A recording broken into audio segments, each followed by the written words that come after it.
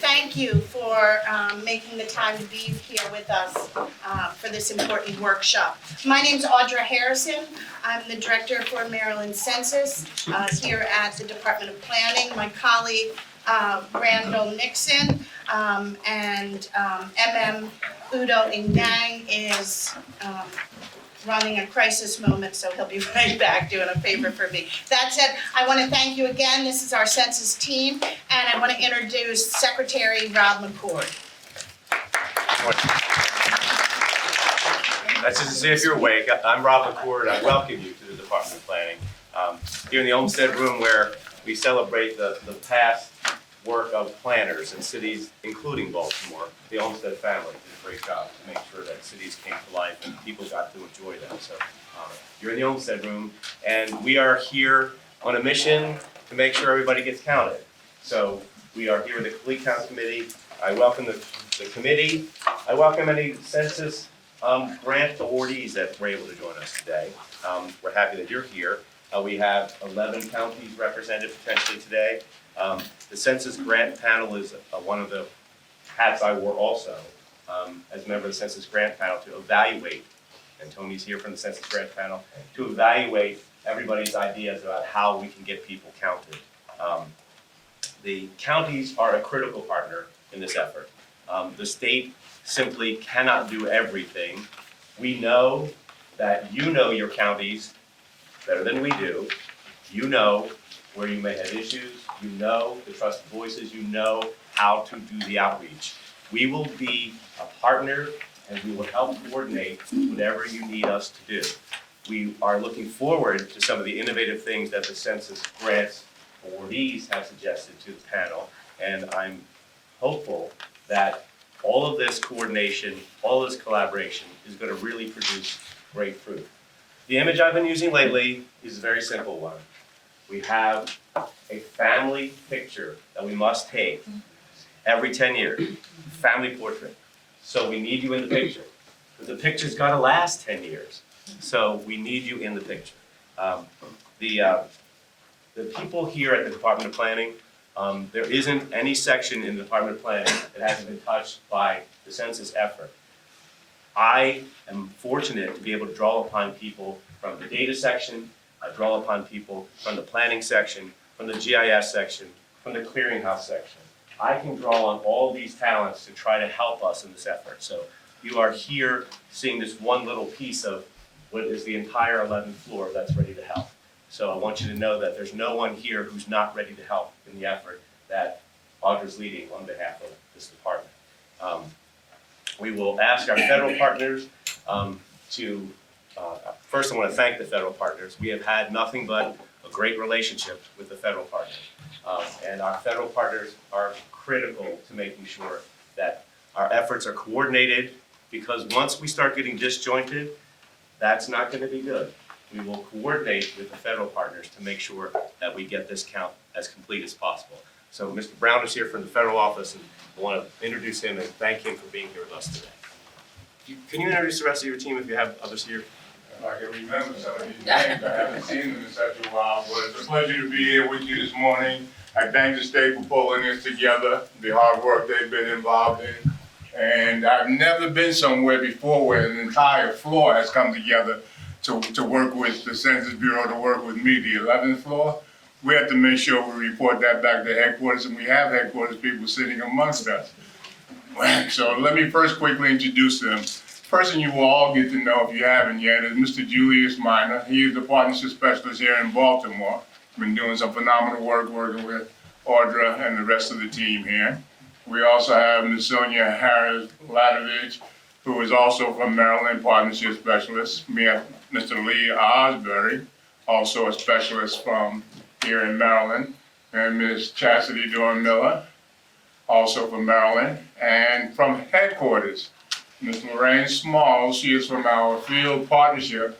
She is one of our leaders. She gives us guidance and directions on the things we need to do and how we should be reaching out across the country and developing partnerships with everyone.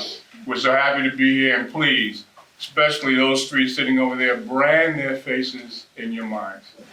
Don't let them get out of here without giving you a business card. So you know how to reach them because they will be working extremely closely with you. And it's been a pleasure working with the state for over a year now. We're looking forward to the things ahead. Thank you. Thank you, Mr. Pence. Appreciate it. We have Delegate Wilkins on the phone. So we have somebody on the phone. This little shopping cart has the phone on it. So if we hear somebody asking for something to repeat it, we'll be as kind as we can to the delegate to make sure that she doesn't miss out on something that's happening in our meeting today. We have the complete count committee here.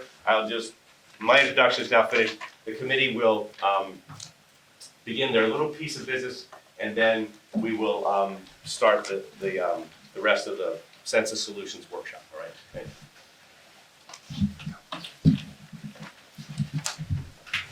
Welcome, everybody. My name is Lillian Castillo, one of the co-chairs.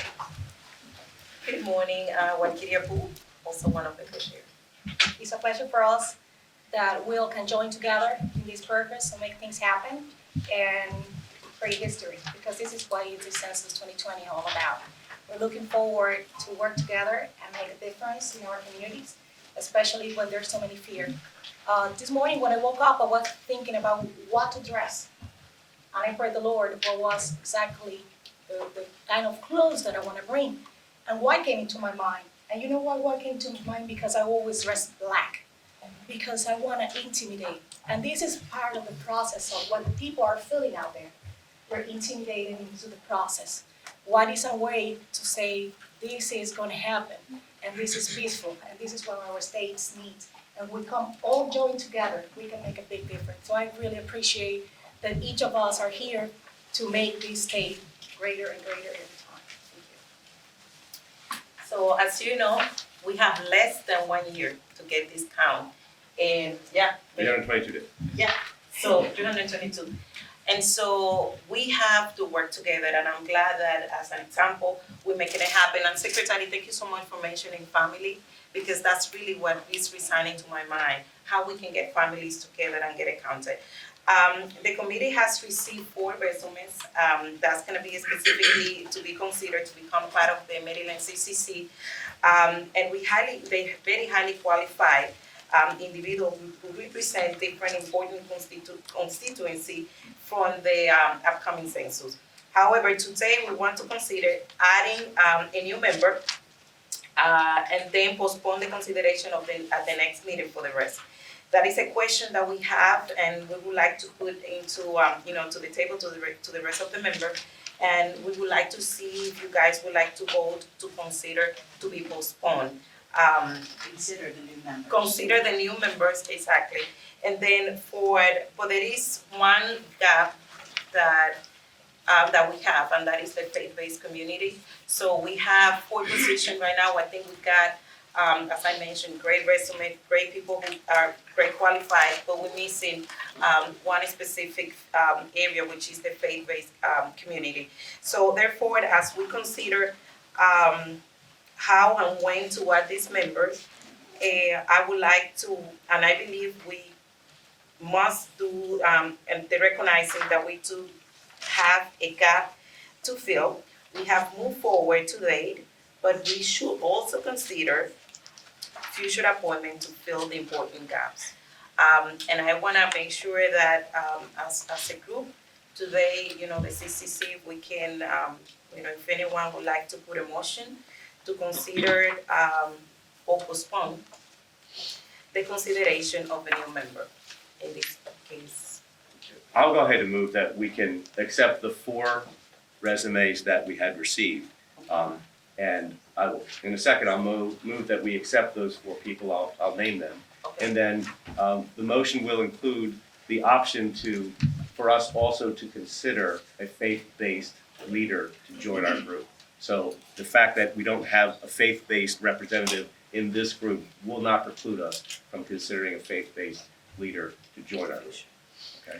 So I would move that we accept the following 4 people to join the Complete Count Committee. It would be George Escobar, William Ariano, Dan Jarris, Marianne Yang Nam Brackney. Those four are the people whose resumes are received and reviewed, and I think everyone's had a chance to look at the resumes. Does anybody have any questions about any of these folks? Go ahead. So, I guess while we're waiting to see whether this motion is seconded, I guess I have, again, hi, Mary Washington, State Senator, 43rd District. So, I think according to the executive order, we can appoint a maximum of 7 additional. So if we take this vote today, then there are just 3 more that can be added. And have you had an opportunity to, again, this is my first meeting, have you had an opportunity to interview or meet the candidates and? Yeah, the resumes, we have the opportunity to review them and also kind of check their background. One of the things that I like is it bring diversity to this group and also give us the opportunity to kind of fill the gap in the areas that we feel that we're not able to provide. So again, I see with Ms. Brackney, she represents the AAPI community, and that's important. I'm not familiar with Mr.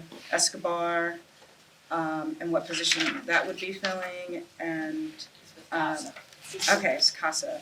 Okay, right. That's right. Sorry about that.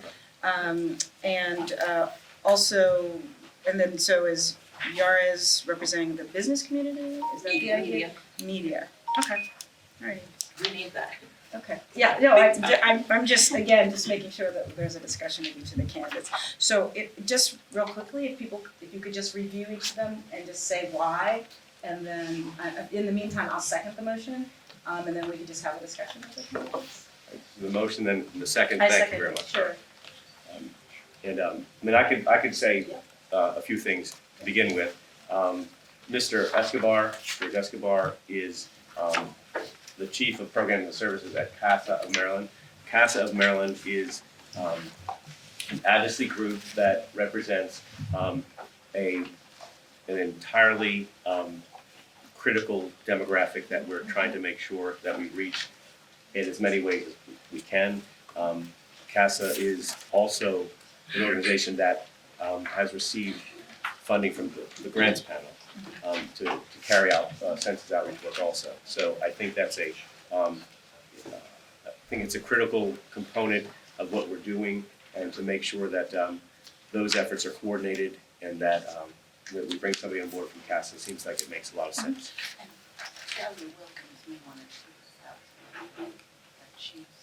Yeah, if I could chime in here. Yes, go right ahead. Thank you, I Debbie. worked with George Escobar and CASA around the CASA application and them being on the CCC, because I think that it just really represents important constituency. They're the largest immigrant rights group in our state, and not only are they representing the Latino community, but also many African immigrants. And I think that they bring a really important voice. They have the outreach component and the policy component. I think they bring a lot to the CCC. So I very much in favor of making sure that they're included in the CCC. And then Mr. Ariano is he's the president and CEO of Baltimore Community Lending. Mr. Ariano is been in his career part of the Community Development Administration. He has been a person trying to literally build community. So someone who knows the challenges of building community and the people who live in the communities that he's trying to rebuild are, I think that's an important perspective to add to the work of the commission, the committee, Lee County Committee.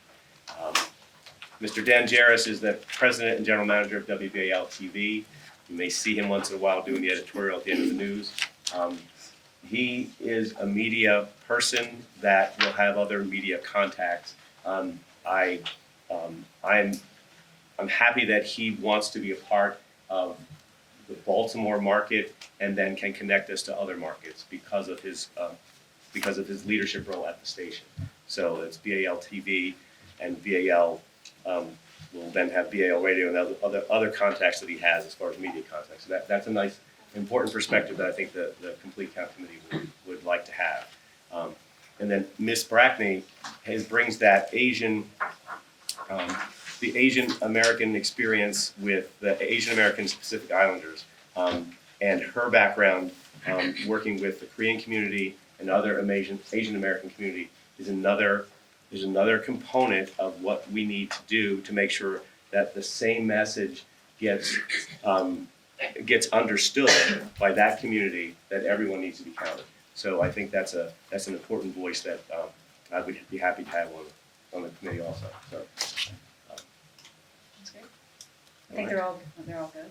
Okay. And are there any of them here present? So we can see their face. Anyone from We CASA can put here? a face to. I'm here, I'm really not George. But, Yeah. We do have CASA in the room though. So the people who have been recommended, were they informed that we were voting today? And is it just not the practice to show up when you're being voted onto the board? I'm just not sure what our process. That would be my Yes. oversight in not inviting them. Okay. They were aware, or should be aware, hopefully Delegate Wilkins passed along to Mr. Escobar. But the other three were aware that there would be potentially a vote today. Okay, great. We'll have it on June 4th, the next meeting. So we're having the formal vote on June 4th? This is just to accept the. No. No, I'm saying we have the face. Ah, okay, absolutely. We could Okay. vote. We could vote today and then bring them on. Okay, and then what's again, I'd like an opportunity to make recommendations for the last three slots. So has that process already happened? Are there already candidates for that? Is that still open? I know I have, again, just coming out of session, I apologize, just haven't had an opportunity. I don't know if there is, and again, I don't have a full list, but like to know the different constituencies so that we can make sure that every constituency is being represented, so. I mean, I guess feel free to send resumes to Audra, that's the way that we've been doing it so far. Okay, great. And yes, it's open to any of the committee, just send over the resume and she'll review them and give us kind of a feedback on them. So I have also potential. We just made the pitch for the faith-based person as, in the sense, Oh, and who's that? we don't have that person. That's why we were saying we would reserve, because we would add to the committee if we had a faith-based person to bring in front of us. We'd do that person almost next, but that doesn't preclude the fact that we have up to 7 appointments that we can So make. then we would have 2 more. We would have 2 more, if we find a faith-based person. Okay. All right? All right, great. It's an important constituency. Yes, certainly, and very good partner to have. Okay, All right? All right, so. Motion was seconded. Emotion. I did second it. Yeah. Okay, motion second, discussion, any further discussion? I don't run from the co-chairs, but I'm trying to be staff and not chair, so. So we move to the next part. We would call the vote. Oh. So all in favor? All in favor, say aye. Aye. Aye. All right. Thank you. Motion is passed. Thank Alright, you. very good. We'll move to the next part Yeah. of the agenda, I guess. Okay. So we are gonna, we are officially adjourned, and so we'll move to the next part of the agenda. Thank you so much. So technically, the CCC's business meeting piece is adjourned. Okay, if there's no objection to adjourning, we'd like to start the workshop piece, which is the rest of our time together. Thank you. Thank you.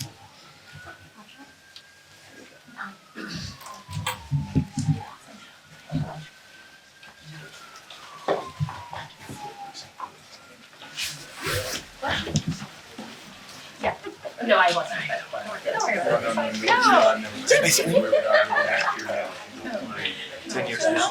Good morning again. As people are getting No? Okay, awesome.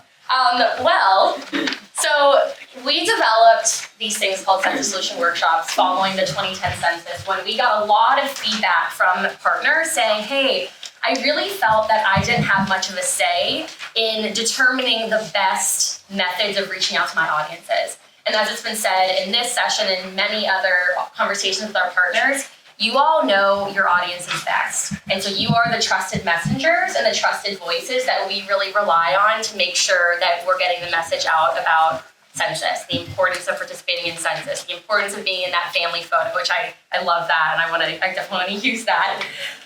So that's why we're using some of these workshops to bring different individuals in a room together. So bringing them from government, bringing them from the tech community, media, advocacy organizations, nonprofits. So bringing a diverse group of individuals into a room to talk about some of the key issues that you believe your audiences will face as it comes to the 2020 census.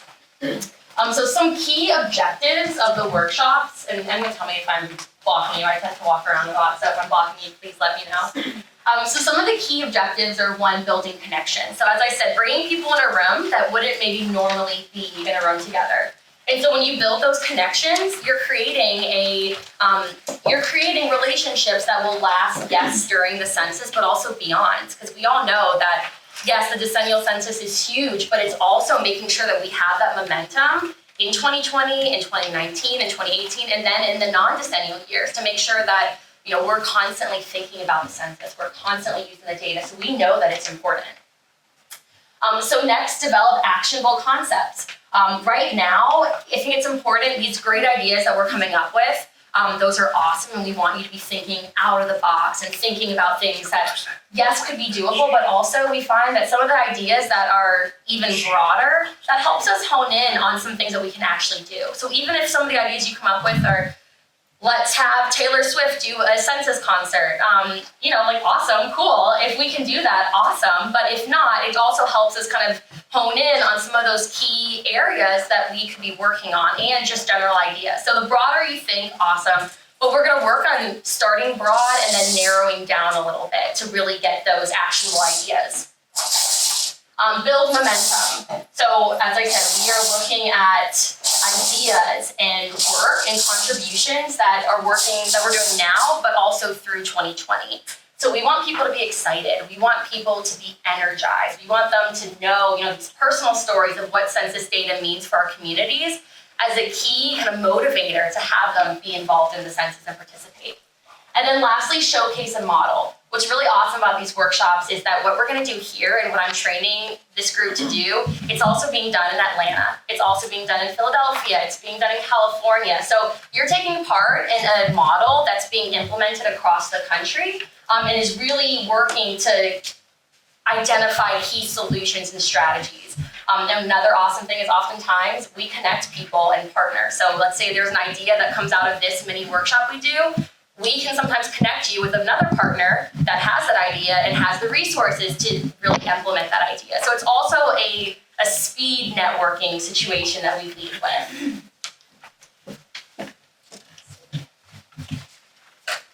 The goal of a census solution workshop is to develop creative and collaborative solutions to reach groups and communities that are hard to count in the 2020 census.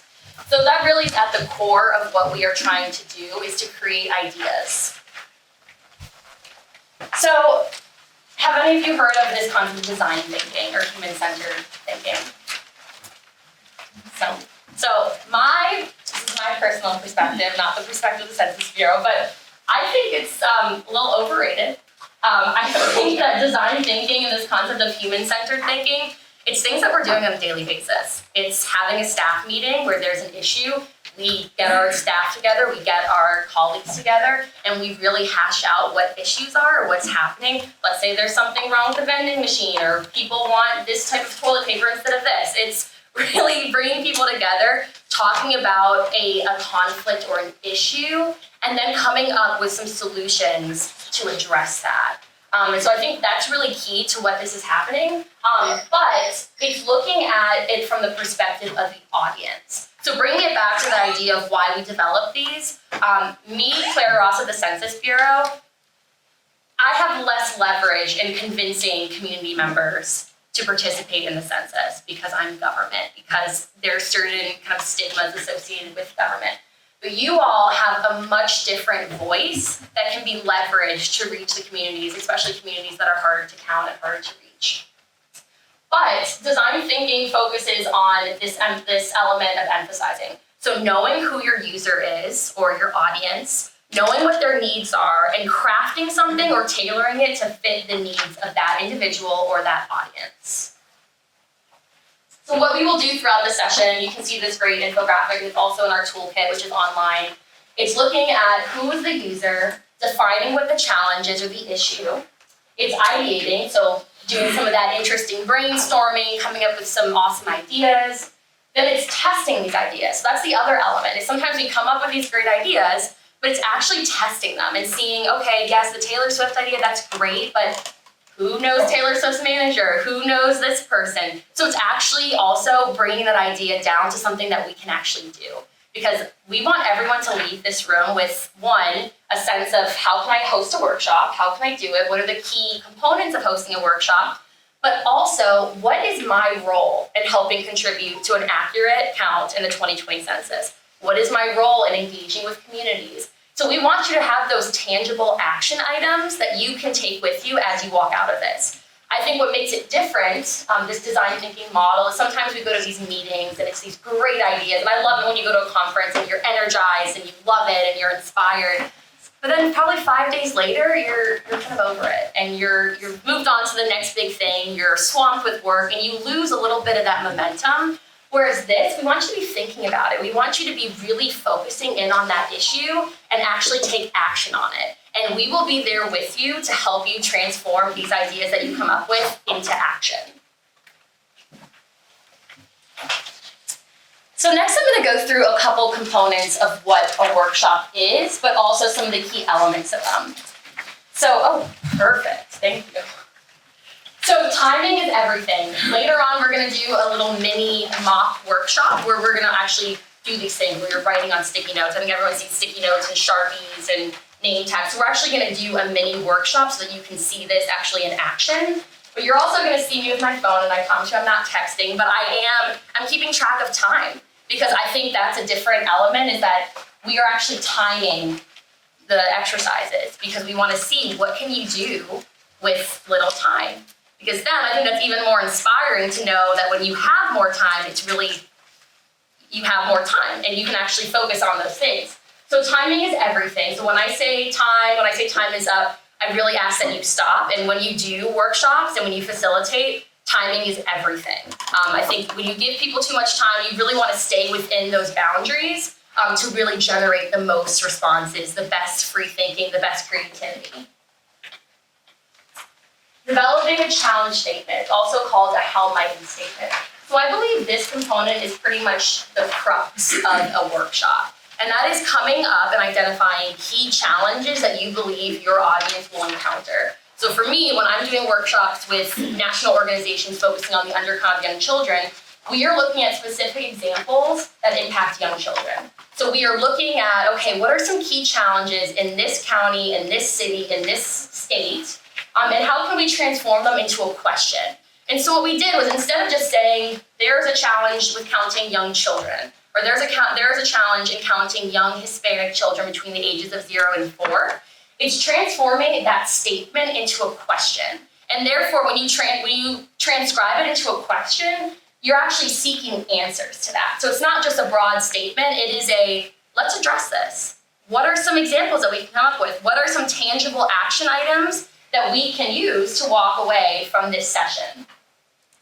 So I'd say one of the key elements of being both a facilitator but also being a participant is the key of listening. So everyone is at their table, and I think one of the awesome elements is that you may or may not be sitting with people that you work with, you may be sitting with people you've never met before, but each of you brings a very diverse perspective from your professional side, from your personal side. So listen to what your colleagues at your table have to say, because everyone's experiences, their experiences with the census, their experiences with government are different. And there's something that each of us can learn from. And as a facilitator, I've learned so much from the different audience members. They've given me feedback, but they've also said, hey, I don't think that will work.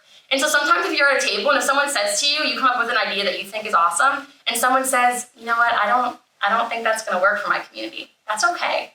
Every solution and everything you come up with, every actionable item, it's going to depend on the community in which you're serving and you're working with. So be open to feedback from others and be very receptive to that, because I think that helps us identify other challenges that we can help identify. The other graphic I would mention is that we're all contributing to a piece of the puzzle. So one of the things we'll do at the end is you'll share your ideas and you'll talk about them. And that's all of us coming together and saying, we care about the census. Here are some ideas that we have generated. So it's all of us working together, and it's also listening. So it's if you hear an idea that you like and you really want to work on, connect with those people. We want this to be a session that you guys walk away from, but you also have all these connections in the room to continue this work beyond the session. Here are just a couple of examples of challenge statements that we've used in the past. So as you can see, they focus on specific hard-to-count communities.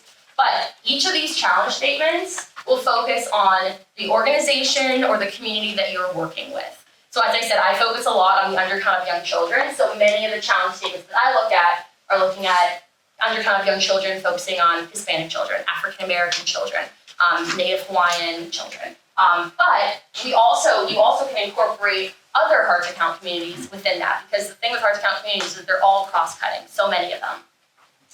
So other ones that I think are really great is how might we ensure households with language or literacy barriers can complete the census in an accurate and timely manner.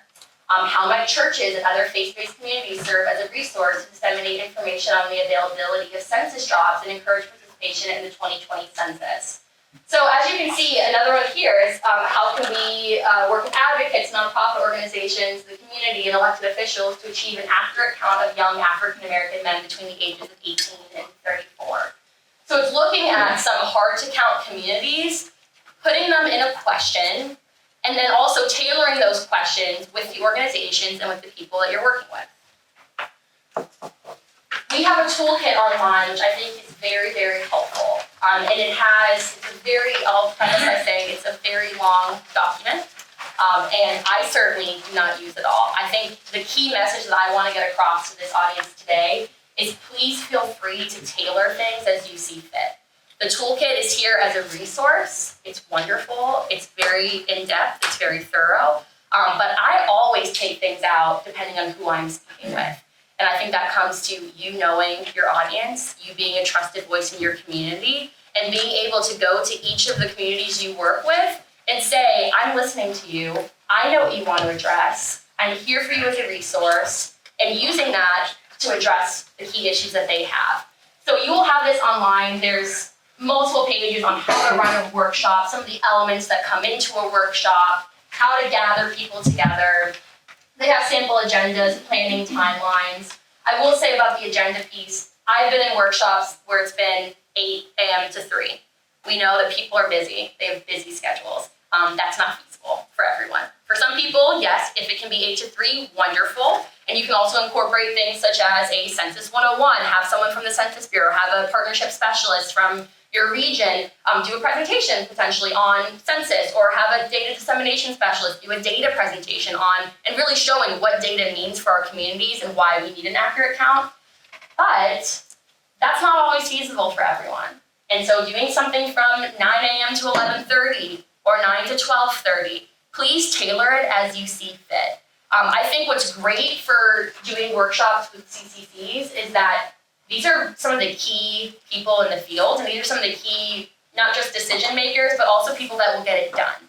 So sometimes you're going to be in workshops where people come up with these awesome ideas and they're really great, but they don't necessarily have, I don't even want to say the resources, but they don't exactly have the ability to actually make them happen or be connected to those right people. So I think why it's really great for CCCs is that these are really the individuals that know their communities, they know the issues, but they also know what it takes to get it done.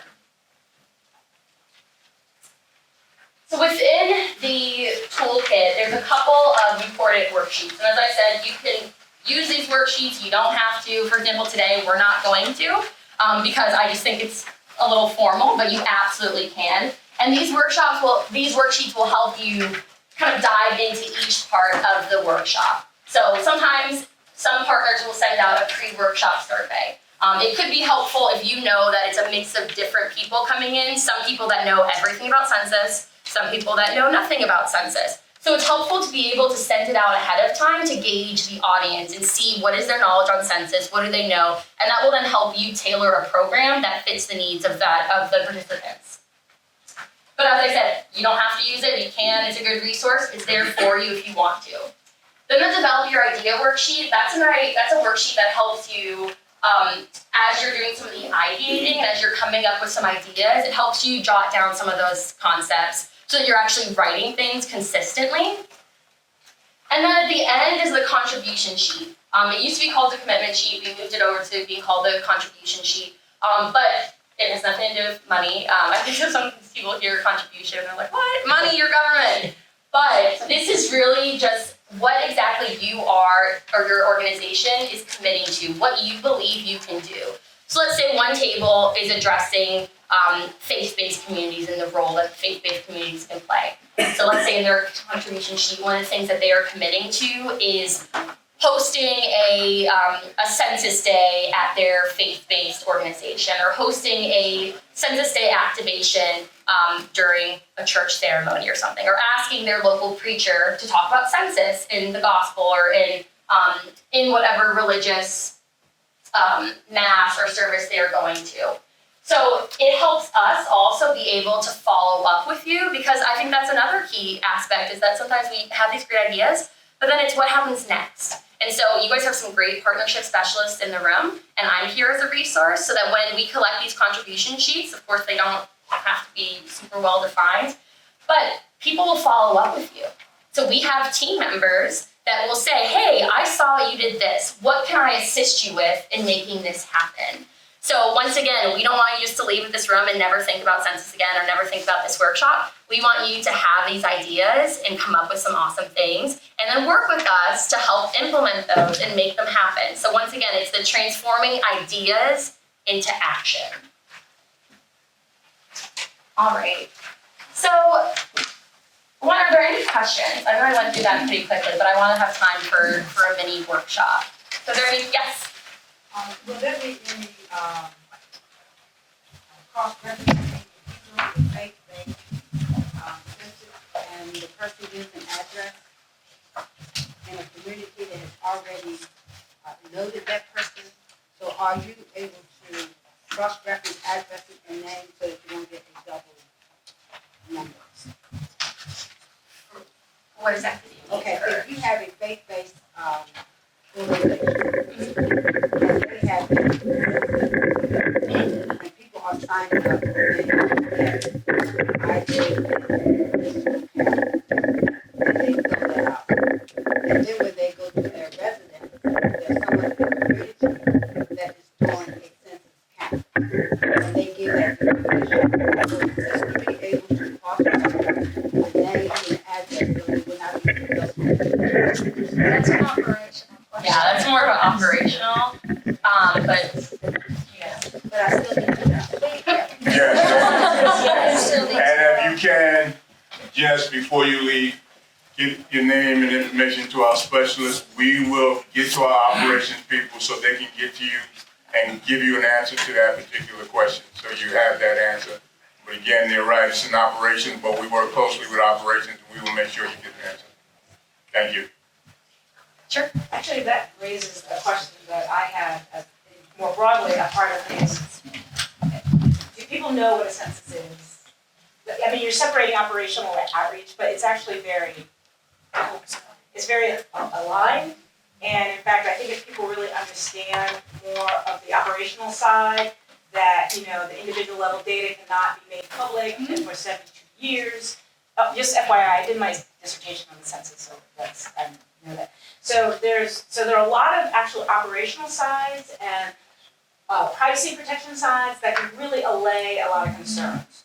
So is there just a sort of orientation, I guess I would say, is there just an orientation version to just educate people about what the census is, its history, what it's done a little bit, maybe how it's changed, and how it's being done a little differently this year than it hasn't in prior?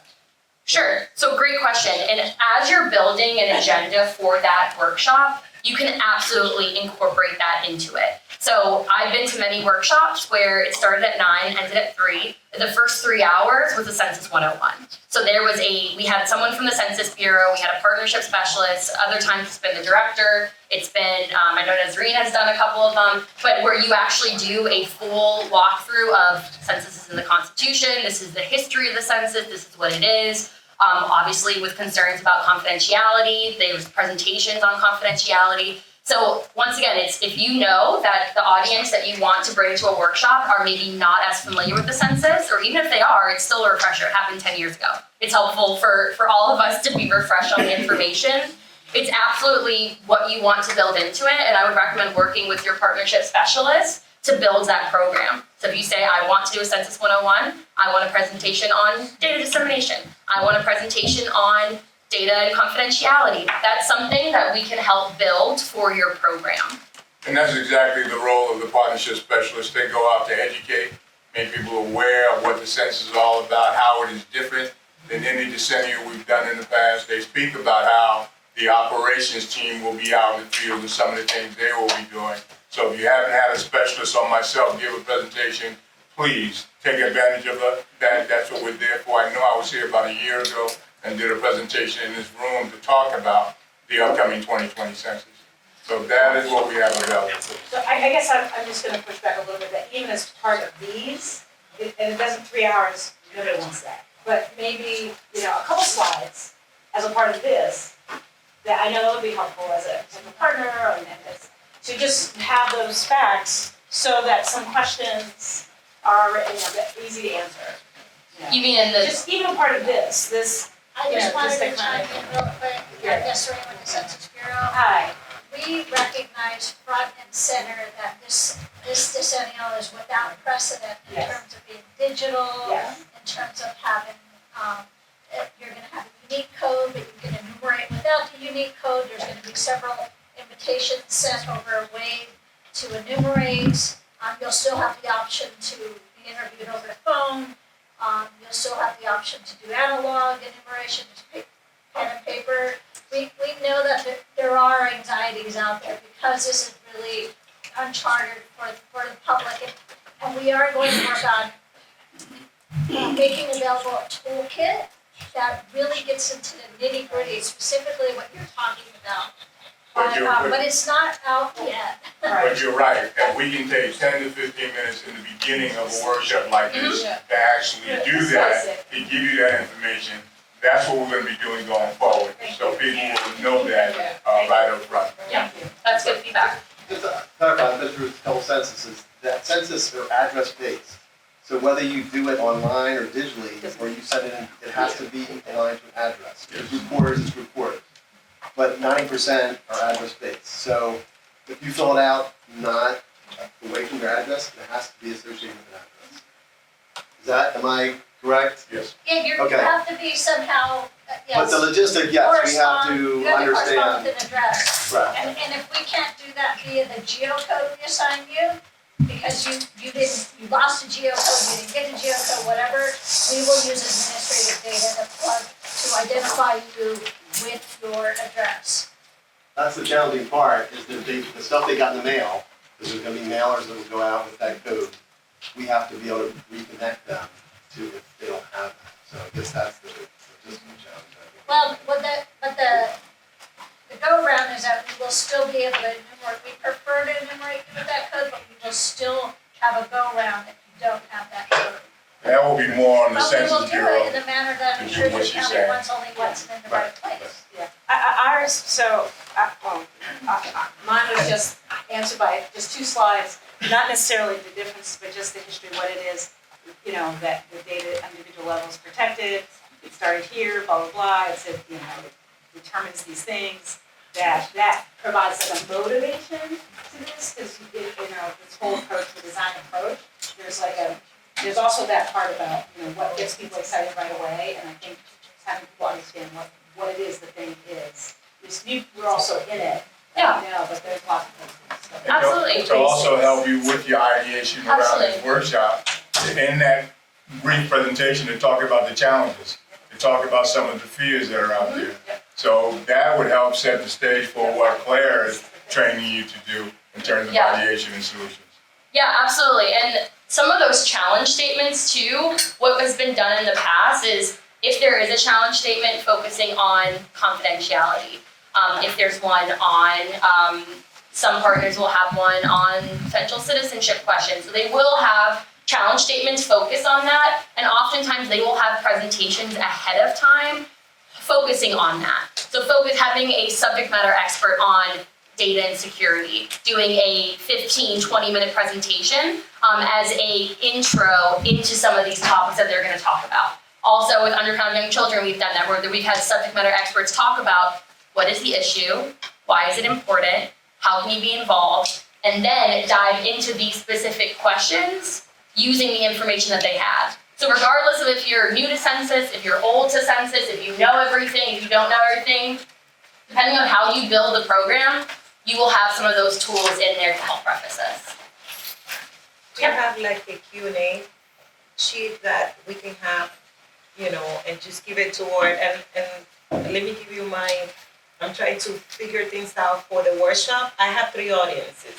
One is I'm meeting with a number of pastors. Okay. I don't want them to be sitting, they're not gonna be there 4 hours, 5 hours. I only need, probably 1 hour that I can go. But then I have promoters, which are training the trainers that are gonna be the one out there in the community. I want them to be a little bit more educated, who are gonna be working with the pastors. But then I have those promoters who will be working in the field.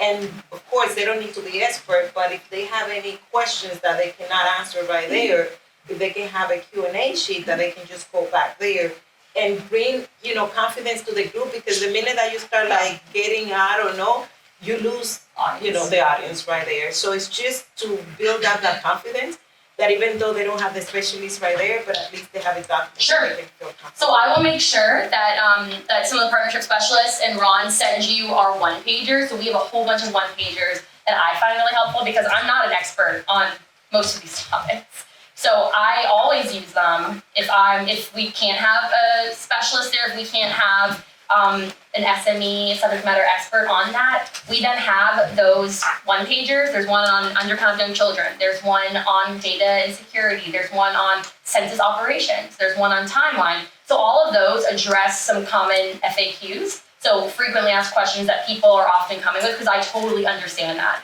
When people are asking questions and you said, oh, I don't know, let me get back to you, oh, I don't know, you do lose the attention of the audience.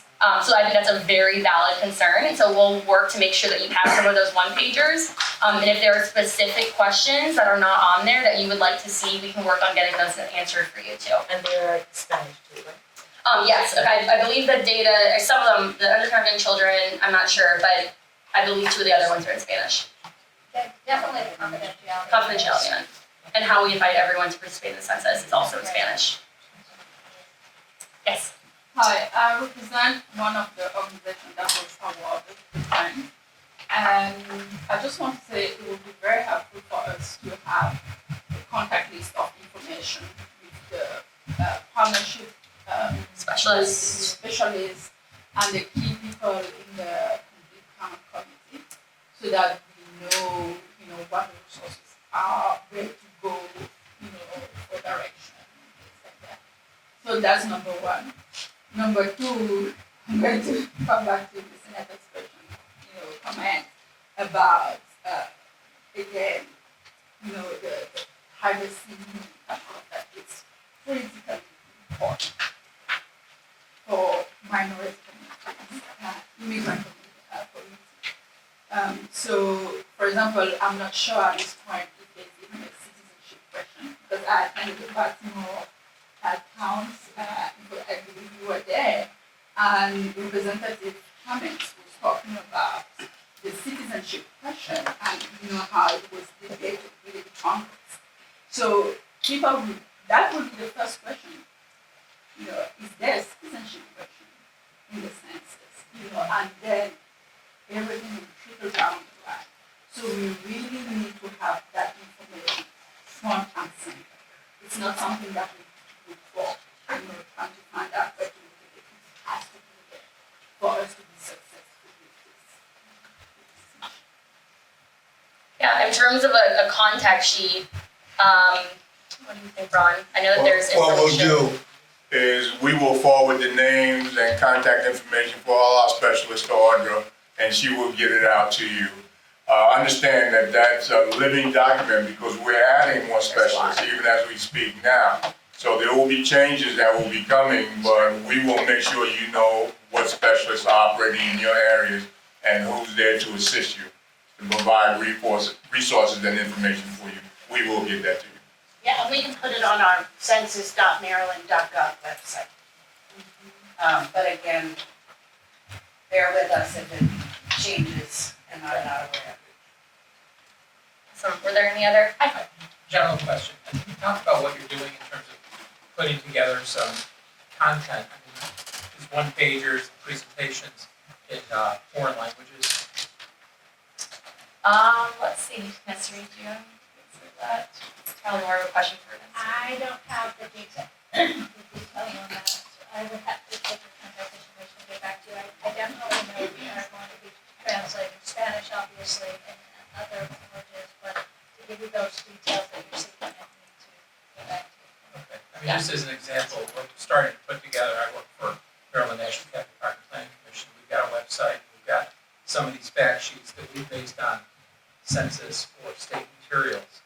And, we don't know if we should be producing our own translated versions of these, or you're gonna be producing those that we can use to distribute. And if so, like, what languages? I think there's, in Montgomery and Georgia County, there's like 100 languages that are spoken as native. And so you can let us know about that. It would eliminate a lot of duplication, I think. So And you're Jim, talking if I about can- promotional materials. We're doing a one-pagers and I guess content. first thing is sort of the promotional materials, the outreach, the educational materials, those types of things. Yeah, and Jim, our goal, first of all, is the one flyer in there already is something we are finalizing the Spanish translation on. But our goal here at the state, whatever the Census Bureau is not translating, our goal is to assist with translations where we can. So that is part of our plan.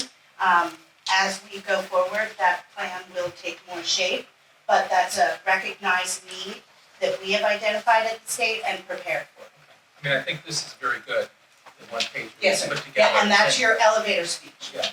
And also some partners that we work with, if we are not translating the materials, many of our partners will do translations on their own. So if we I couldn't give you an update on that, but I do know that we have a lot of other partners that are working with Organization of Chinese Americans, many other organizations, and if they feel like we're too slow or we're behind it, they're doing translations on their own with that content. And that's what we recommend, because we wouldn't want to slow you down. And this is an opportunity for you to localize messages about the 2020 census to people within the various communities. It may take us a while to get to as many languages people would like for us to have, but if you can beat us to the punch, please do. We will not get offended, will not be upset. You're just helping us really get that message out. So please, don't wait on us. If you do translations and you can localize it with your logo along with the census logo, please do that. Yeah, and many national partners have committed to doing that already. Yes. I'm Gina. I represent the Chinese American Parent Association. We plan to translate some of the materials into Chinese, but it's just for Howard County or Montgomery use.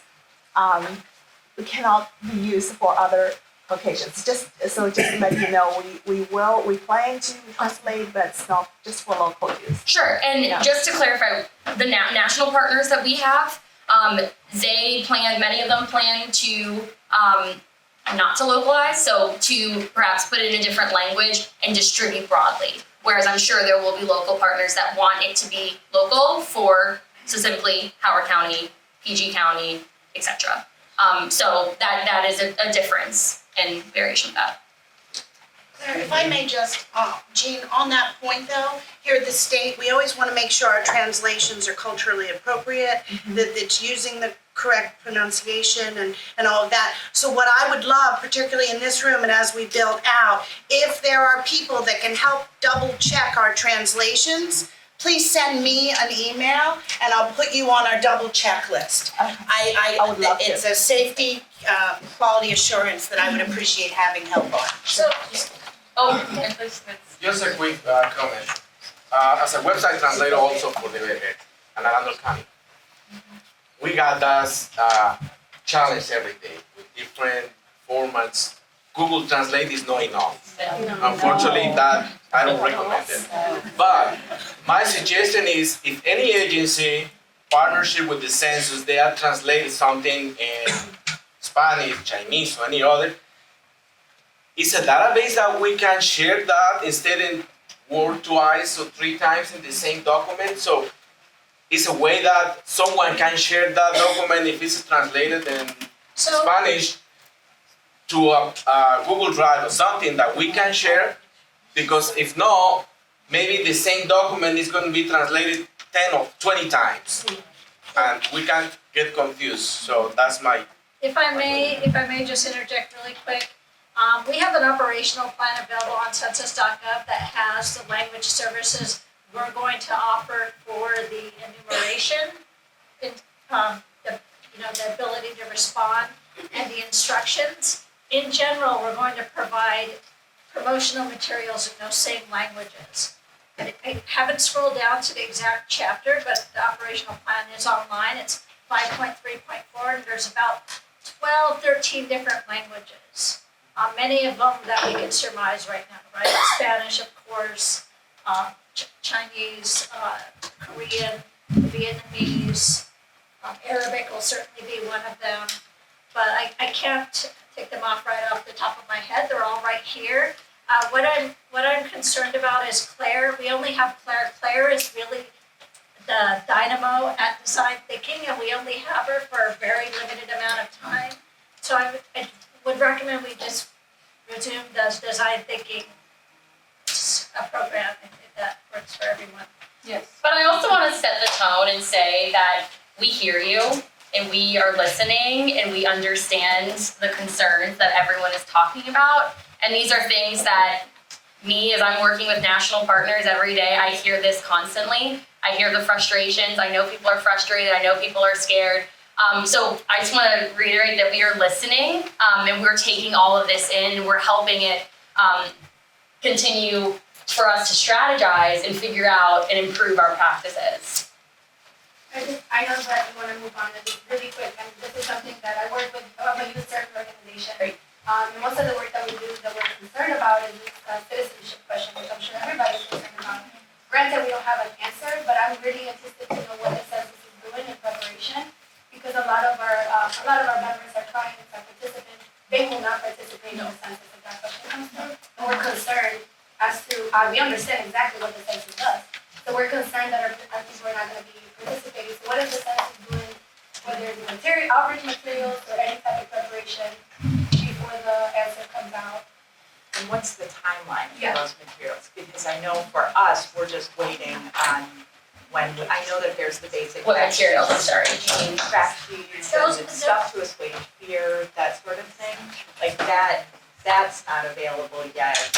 Those are available, if you go to census.gov/partners. So not so much on the fear citizenship question, Well, which you won't know, I we- know, until the end of June. But more importantly, on the translations, I know we can look in that operational document, I looked at it. What's the timeline for when those will be available? we don't have a timeline, I don't want to, if I give you a timeline, I would be speculative, and I don't want to do that. As far as addressing the fears, I would say that, at the Census Bureau, we have a decennial to conduct, and we know what you know. We know how critical the decennial is, no matter what questions are asked, and we're going to say what we have always said, that, Title 13 is ironclad. We're not going to change our message.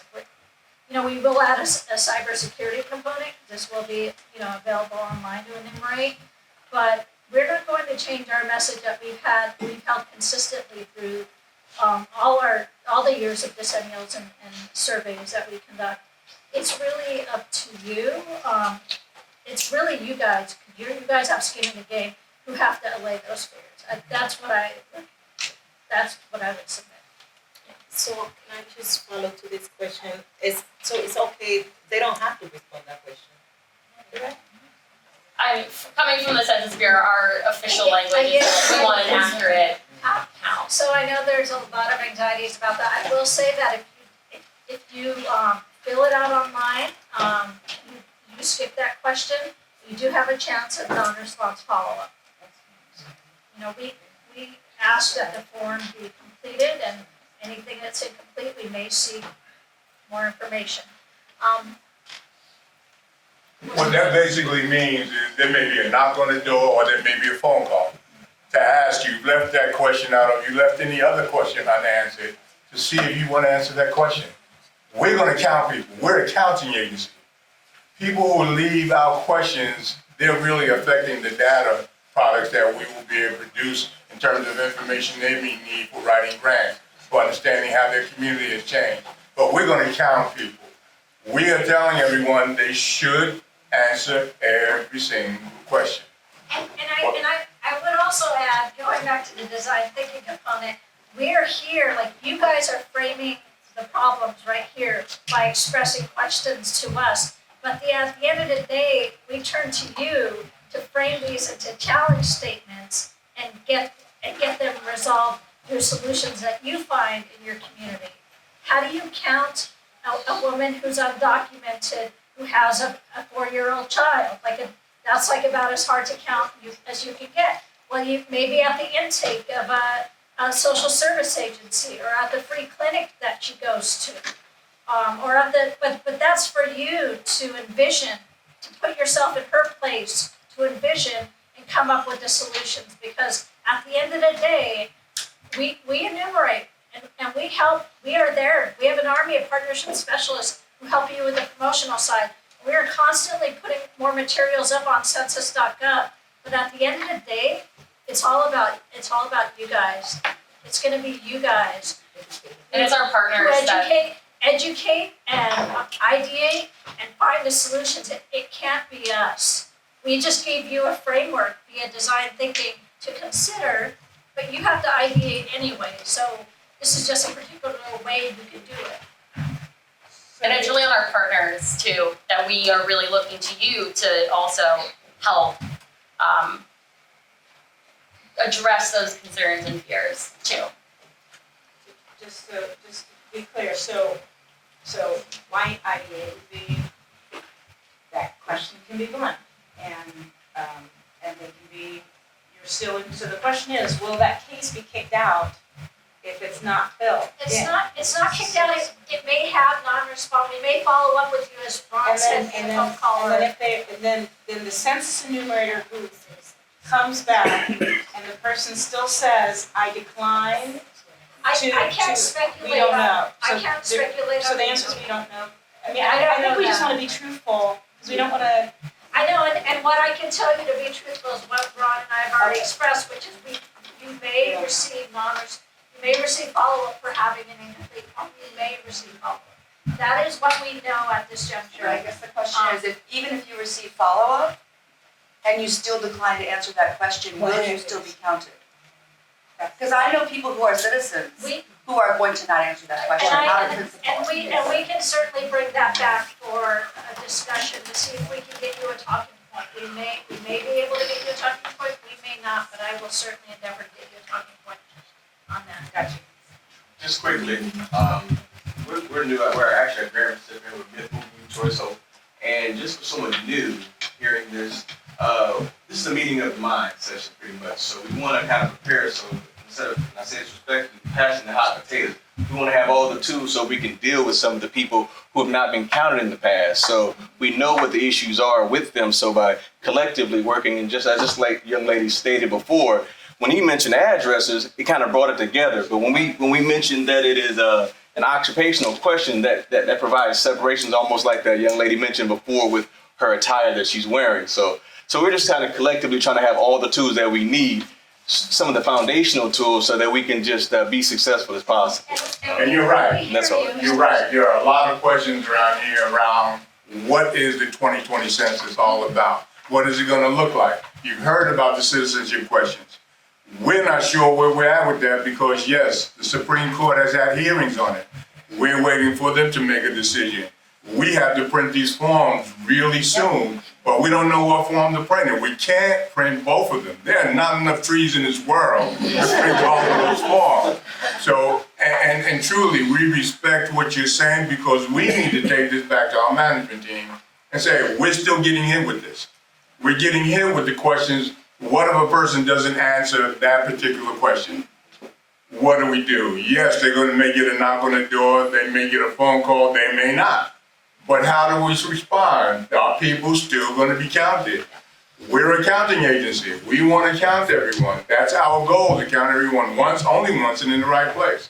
We appreciate this, and we're not gonna stop and move back into this workshop. I wanna hear more of the questions, because if we don't have the answers for you here, we need to get them.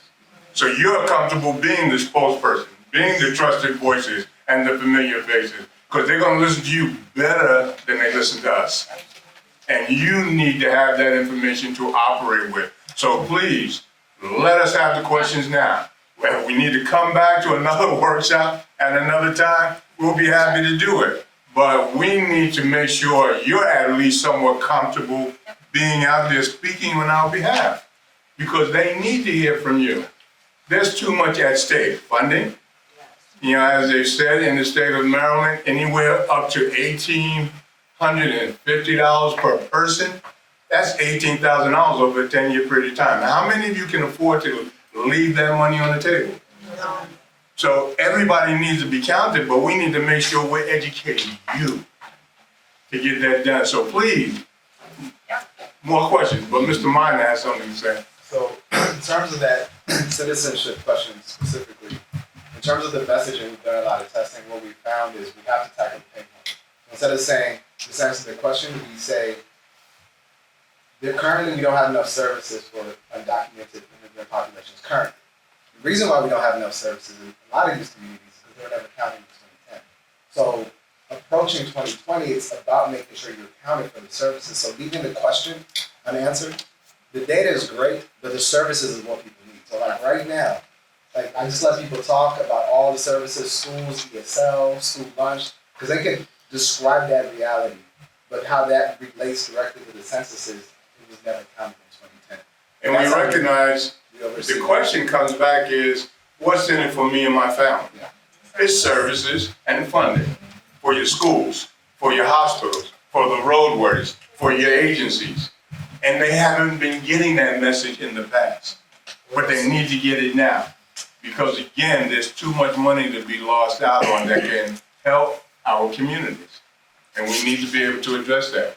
Here, and I'll come right back. I'm going to share really quick what we have done during the past weeks that I believe have helped us tremendously to get the right message to the community. We started going over to the radio shows and medias and inform what is the census all about. First, we got together and said, how do we start? What is the census all about? What is this? Because believe it or not, when you get the message to the community, a lot of them really don't understand what is the census all about. So we decided to work together as chairs and bring the right message to the community. And when we got into their first radio show, it was really shocking because I thought the phone lines were going to be all open and people calling and calling and calling. The first week, we didn't get any call, right? None. Second week, how many calls? None. And we thought we're failing in the process. What is going on if we're sending the right message? Once again, I really appreciate what you said about the numbers because we switched the message. Each of us count financially for the state. And this is really important because are the resources that we're giving to the community. And if our community doesn't understand that this is all about education, what happens if a big epidemic comes over and a fearness comes and we need vaccines and just 1,000 people have been counted? What is going to happen to the rest of us that didn't make the line on time? We're not going to get the vaccination that we need. So this is more about just to be counted. It's the resources that we're giving back to the community. This is not about a political party. This is not about religion. This is about moving our state in the right direction and getting the funding that we need because for the last 2 periods, we have had not that money and we're starting to suffer. Our roads are starting to suffer. Transportation is starting to suffer. School system is starting to suffer. So we need to be clear on the message. The fourth program, we went over and sent the right message. We were in shock yesterday where we get more than 20 calls on air. People willing to accept to be partners. People inviting us to Dorioles field team for 4 weeks in a row to bring the message. And we start getting the calls of the fairs to tell us we're here for you guys. But I really believe the message was sent right because we keep it simple, we keep it truth, and we keep the importance to move all together no matter our difference. So honestly, for us, have been really impacted on how we started with all that fear and how do we move forward, and walking just out of a radio show, feeling the community is listening, including the citizenship questions. They ask us all that, Hispanic, and I'm like, what do we answer? How do we send it? And we just told the truth, what we know. But we were clear that if they don't answer, their kids are gonna be affected. And this is not just 1 year, it's a 10 year. 10 year gonna be 54, hallelujah, amen. I hope God leave me a lot of life. But you know what, that's a big difference on stability. And if we wanna move as a community and get the right resources, we need to come together and send it the right message. So let me give you a quick primer on the census. This census is different than any decennial we've ever done. Because for the first time in the history of the census, there will be 3 ways people can fill out their census form. 1, they will be able to go online. In the middle of March, we will be sending out notices letting people know, March 2020, that they can go online and fill out their census form. Never been done before. There are some challenges there. Not everybody has connectivity. Not everybody knows how to do it. So they need to be educated. Secondly, people can call a toll-free number to give us their census information. Never been done before. And we will resort to the old standby that we've always done, mailing out a form, asking people to mail it back in. People don't understand there are those 3 ways that are a lot easier than any decennial in the past.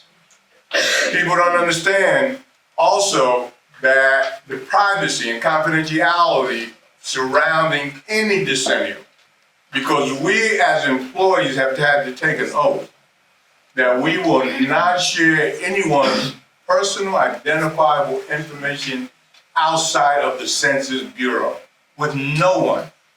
We run the risk of going to jail for 5 years and or having to pay a $250,000 fine. My wife told me the $250 is for our retirement, and I only have 5 years to give to her. And that's not just while I'm a Census Bureau employee. That's for the rest of my life, whether I'm retired or working for someone else. I'm still bound by that confidentiality and privacy. Title 13, Section 9 of the U.S. Code. And that has not changed. So we try to share with people about the privacy and confidentiality. There's a tremendous fear factor. Tremendous. We're in a day and age of fear, hacking, scams, all kinds of things. We're working with AARP nationally to get messages out to seniors about when we're doing this in the community, what they should be able to identify to prove that is truly a Census Bureau worker and no one trying to scam them. We recognize that.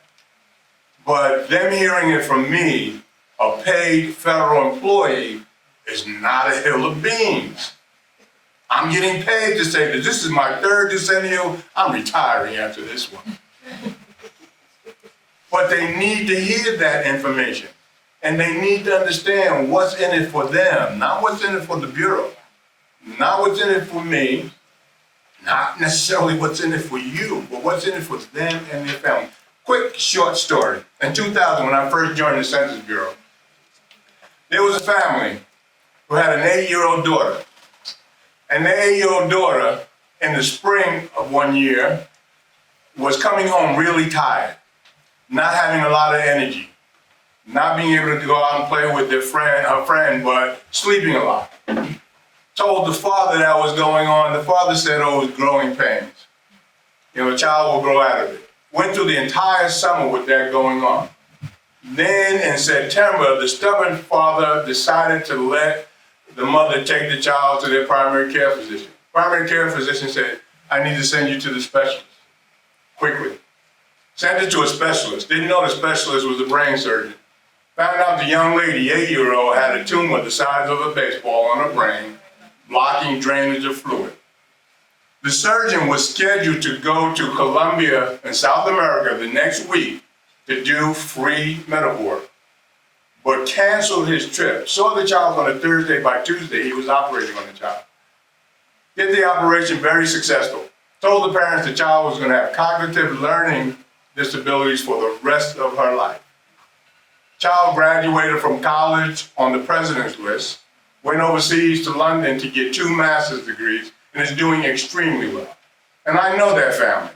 I was that stubborn father. Found out that federal dollars from the census went into the hospital, MCV, to fund that doctor's program so that he could operate on my daughter. Now, if I didn't know that, I could have been just like another parent who's saying, what's in it for me? But realizing those type of stories exist, and people need to understand how it directly impacts them. Yes, ma'am. Yes, I'm working for a non-profit to serve Vietnamese population. I want to the workshop to teach me how to reach out and convince my people. I know where they live. I know the house they sleep tonight, and tomorrow they move to another house. But I want to spend time more today to learn how to come back to my community, to explain to them how important, and then give me the toolkits that I can bring back. I train my volunteer, and they come to the community. Because I know how important, because I know that my community come out and say how big the community, then we have a more service, more grant from government. But I need to learn more how to convince my people. What county do you live in? I'm living in Montgomery County. Montgomery County. We will make sure that's happening. Yes. Yeah, I will be there. I've been in Montgomery County. They have a complete count committee made up of about 250 people looking to be out there doing the work. Yes. And it's not just about this census count. We have jobs. Yeah. We're having difficulty finding people for the positions we have. The unemployment rate is the lowest it has been in a real long time, so we're competing. And unfortunately, some of our jobs are short-term. But we need people. We need them now. Yes, so that's why we need to train volunteers as soon as possible. Yeah, we'll connect with you, and if you're specifically interested in any of the workshop stuff, I will be connected with you, talk you through stuff, and get any of your questions answered. I'm I training. believe that the technical team, they will create the form or whatever question they need for the purpose. But our job is go out there, talk with many people, and we can. But that's. I will give you my business card. I will be in Montgomery County with you. Yes, thank you. You're welcome. And I just want to say, we are all here at the state taking in what everyone is saying. And every question that has been brought up or comment is something we are fully prepared to receive as we enter rooms. You all need to be prepared to receive these questions and comments as you walk into rooms. Now, I like to keep things to schedule. This is going to be an ongoing learning process for all of us. This is not a one-shot deal. We will bring you back. We will bring Claire back. Ron is always coming back because I won't let him go. That said, this is going to be ongoing learning for all of us. But it's important for everyone to notice that this is what you will receive, and particularly for the census grantees, who we have invested at the state level significant funds in. We need you to do it well and do it right. And so I'd ask that we keep our attention with Claire's presentation, who traveled down from Philly, and we will do this again. Your comments and questions are important. We need to keep to schedule, and we will ongoing educate each other and feedback. Work together as a team, we go forward. May I suggest, Audra, I have sent you 2 PowerPoints of presentations I've done. They're going to be on the website. Yes. Everyone, the one presentation is already on our website, census.maryland.gov, the general presentation. This we will get up there as well. And that presentation has a lot of answers to the questions you're asking today. Presentation I've given before, it will help you. So please go to the website and look at that PowerPoint presentation, and you will have a lot of answers that you've been asking today. So, do you have workshops offered in different languages, or do you plan to do that? Do you have workshops offered in different languages? Well, I mean, we work with partners to ensure that they have what they need to be able to do it, but we've certainly had partners across the country that are doing workshops in Vietnamese or in Spanish. So we don't have, Census does not have the resources to send people out necessarily to do Well, one of the Like things in we're doing, video, if you can do it in video and we can bring to our community and show them the video, that would be helpful. It doesn't have to be, in person every workshop. but one of the things we are also doing is we're hiring specialists in the different languages that will be able to do exactly that. Right now, we have some in Spanish, we have in Arabic. We're looking for specialists in other languages that will be able to be in the communities doing presentations in language. And we'll make sure that I coordinate with them too, to make sure that they have what they need to be able to best serve the worship they do. Just want to throw out a resource. So this is on the national level, so I acknowledge that it might not be as helpful on the local level, but there is like a national census counts committee hosted by the Lawyers Committee. And two of the organizations who are part of it are Asian Americans Advancing Justice and NALEO, which is the national, it's a Latino group. Association of Latino elected officials. Thank you, friend. And so they have done a lot of in-language work. And so I would highly suggest going to censuscounts.org and then you can see it. I saw a lot of questions around the census question. Advancing Justice and NALEO has teamed up to create a lot of in-language fact sheets around the census question. And I looked online and they're already public reviews. I saw like Spanish, Vietnamese, Chinese, like there's different languages and they're trying to build that out. And so if you're concerned about some of like the in-language work, there is a lot of folks on the national level who's trying to support that. And then hopefully being supplemented like to do the nuances of the local level. But just wanted to throw that resource. Thank you for pointing that out. And NALEO, they're one of our partners. We work really closely with Arturo Vargas, and he's incredible. And they have a really good video on their website that talks about census, talks about some of the challenges, some of the fears, and it's in English and Spanish. And that's why we're happy we have two people from our headquarters team here, because I can assure you it's going to get back to our leadership, not just having to go through the Philadelphia region, then the headquarters. You have two here that will be taking this information back to headquarters to share with them what's needed in the field. And they help us get the tools and the information we need in the field.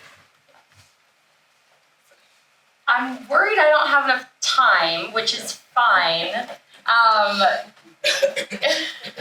Well, I should do your best. Okay. And recognize that I've already asked Claire for another conference at the beginning of the fall.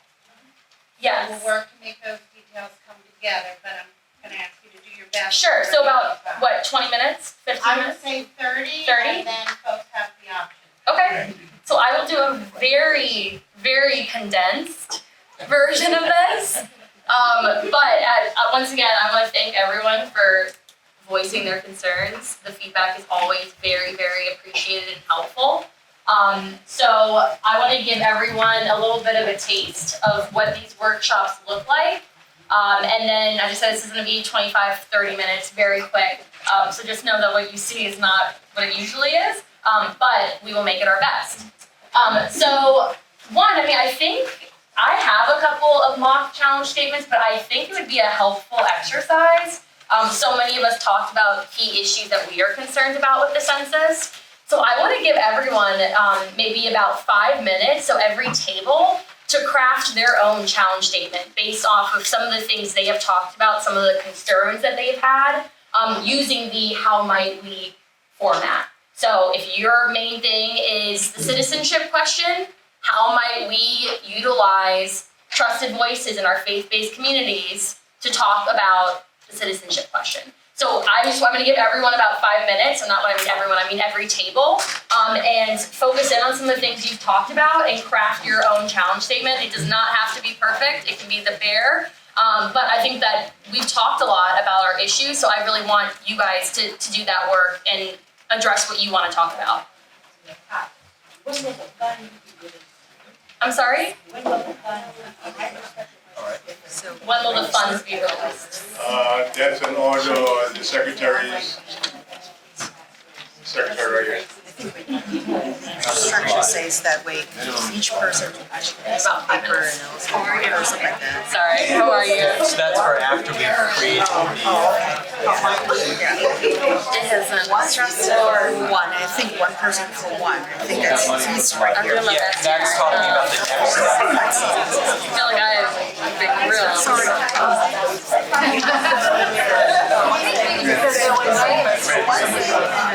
Yeah.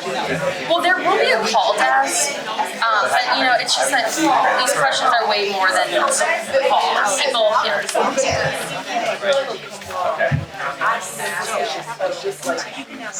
Yeah, of course.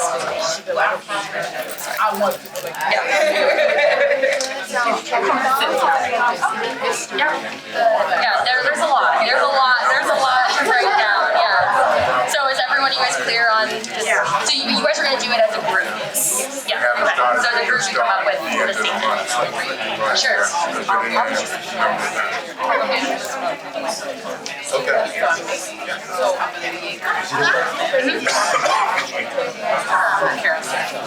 About earrings. Do you have the card? I love that. Oh, that's so cute. If you have a card, I will give it to if you have a question about they have some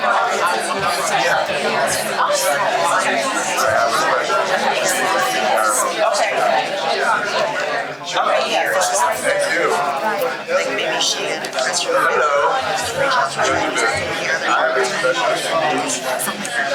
It's the government.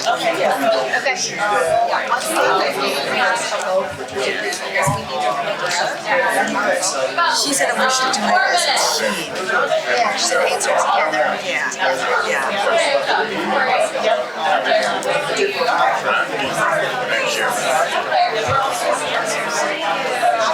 Yeah, I've been in and out of Montgomery County. I'm about to hire hospitals with them, 3 to 10 specialists in Montgomery County. And I work with both in Montgomery County. So thank you. Now I know somebody else in Montgomery County. Thank you.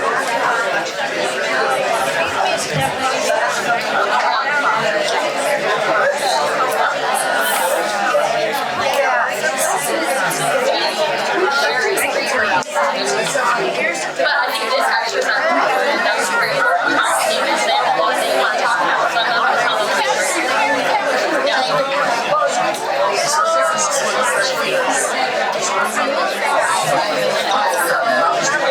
3 minutes. So we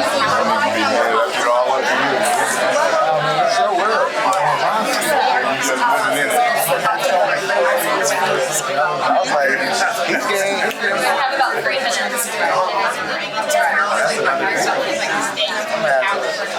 Yes, too many of them are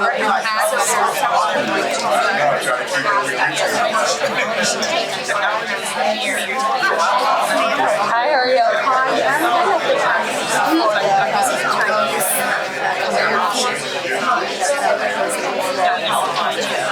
I was concerned about this.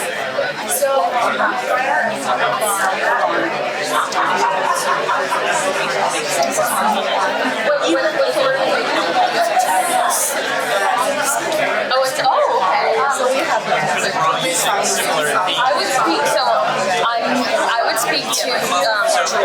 I would speak to this gentleman. Where's your school located? It's in where? Howard County. We need to create a traffic state.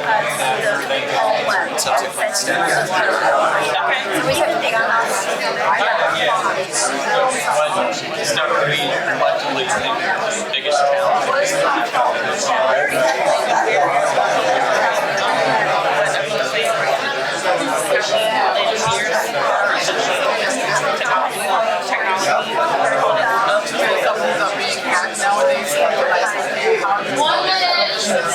secure as it was when it's just senior. You can't have babies, but you can get the old laws that you get it,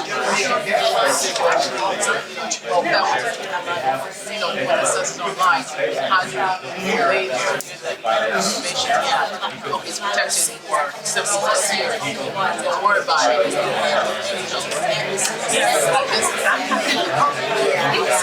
Yeah, I'm just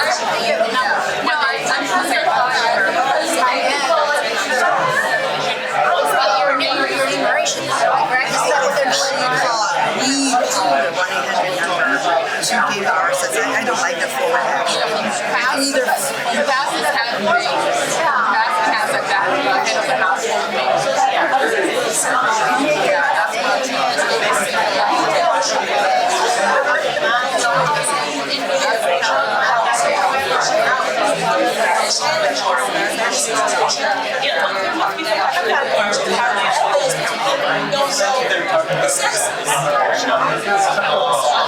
seems like you're gonna get a specific number. I'll assume that number. I've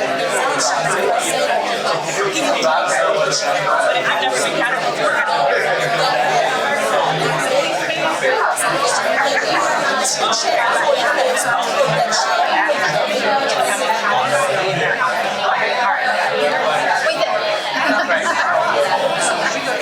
That's our way of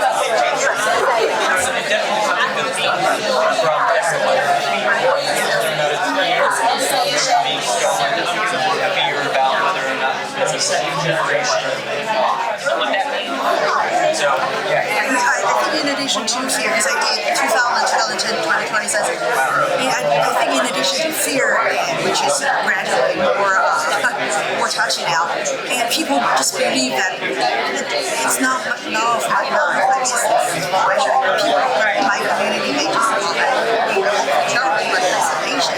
I know people in my community, they receive census forms throw it away, yeah. It's none of my business.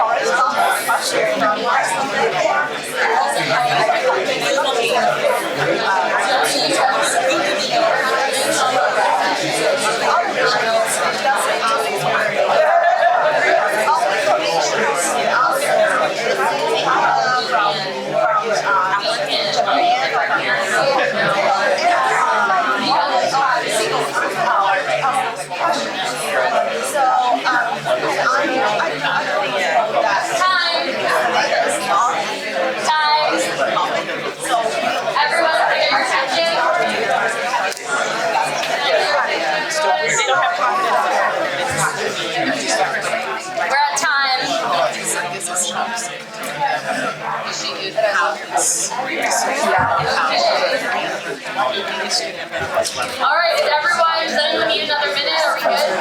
Yes. All right, 1 minute. Oh, you guys are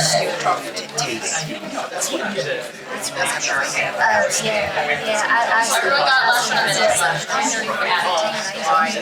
I don't think we can get it eventually.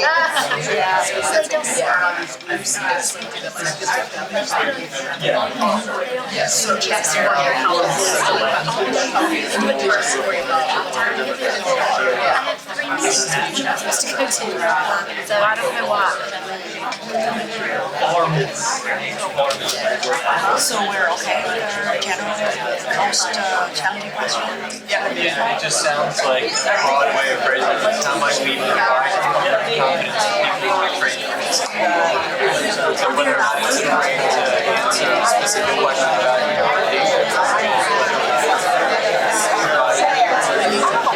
Sure.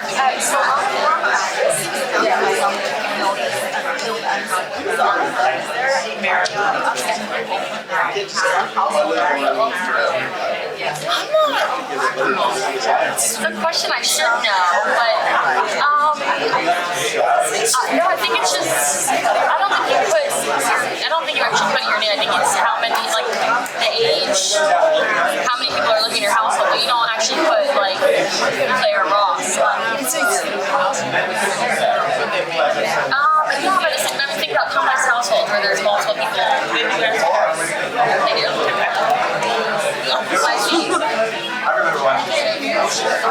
This is the community survey. That's ACS. Okay, that's different. Okay. Yeah, so American Community Survey is one of the. Yeah, because it's very, ACS is very different. Yeah. Let me get back to you. They're coming. Yeah. All right, time. Well, if the name is on the envelope, but not on the floor, because, or All otherwise right, it's everyone, against you can just Title bring it back to the room. Yeah, of US So code. now that you have had time to discuss a potential statement, you've talked about some of your concerns and issues, if we can just go around so that everyone can hear the challenge statement that every group came up with. So we can start here and then go, that's counterclockwise, counterclockwise. So for me, and I'll be going to do 15 seconds apiece, my challenge question was, how might we ensure the older adult senior citizen is aware or understand the importance of the census? Great, very good, thank you. Alright, so my piece was how might we ensure that seniors, residents of rural areas, those with limited internet connectivity or proficiency, know their options are to submit to the census.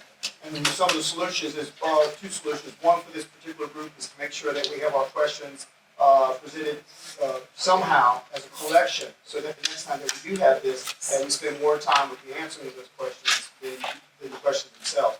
And the next thing is that to bridge that generational gap is to have the youth understand that they've got to play a vital role with our seniors and with our elders in assisting them, especially in the rural areas, lack of internet, or in even a lack of transportation. Great, thank you. Next table. Well, our critical theme is the gaining trust, no matter what demographic. So the trust is critical, because without that, you're going to be unsuccessful. So we have to get that, and then tailor that to the demographics for the folks that are going to count. Excellent. So that's and you obviously need more time, but we have some creative ideas. Getting into this example, volunteer kids that need free service credits. They've done to help spread the message in the areas they live in. Because we need people that know the people, not me, they don't know me. So we get people going in, volunteers, how we do it, and have them spread that. Great, and just, we will spend a little bit of time going into some actionable items, but as I said, it will be very brief. So just know that after we go through with the challenge statements, we can probably spend about 10 minutes jotting down some ideas that come from those. Yeah, so the challenge statement that we used is going to be sticking with the theme that I'm sure a lot of people are bringing up, but how might we provide comfort and confidence to people who are afraid to participate for whatever reason? Great, I like that, comfort and confidence. Okay, this table? How do we ensure that the confidentiality of personal information is not traded with any other agencies? Excellent. So this is not counterclockwise, it's zigzagging. This group? So how do we support colleges and universities in helping to ensure that their students, particularly those that don't live in dorms or group quarters, understand the importance of the census and fill out the. That's excellent, very, very good. This table back here? Sure. So how can we build trust with our undercounted communities to participate and understand the census when one, English may not be their first language, and two, not all of our census ambassadors have the cultural competencies to understand the communities that they're serving. Great. This table? Very similar to our question. What strategies do we employ, and how do we alleviate fear of residents engaging with census questions and trusting the process? Excellent. This table here? How about we connect to and explain the benefits of the census to those experiencing homelessness to ensure that they can be Very, very good. Excellent. So I think this is a good example of being able to come up with really solid, wonderful examples in a short period of time. So I want that to be another lesson of the time constraint piece. I know I give you guys an extra minute, but try and be kind of a stickler for that, because look at these amazing ideas and topics we created in a very short period of time. How much time do I have left? Okay, so the next piece, which I think some of you already started hinting on, is this is a solo ideation piece. So everyone has a pad of sticky notes on their desk.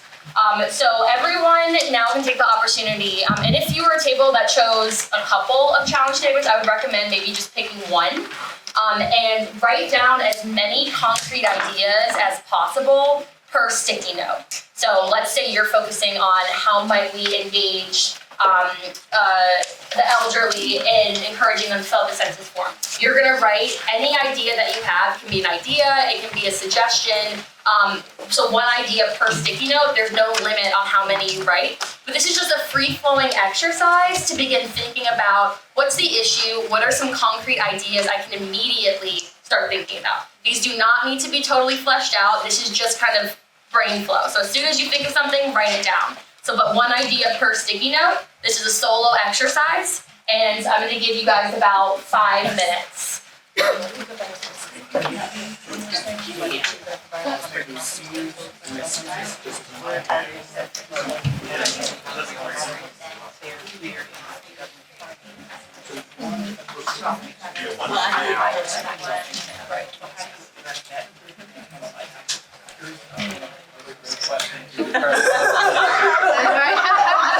During this solo ideation.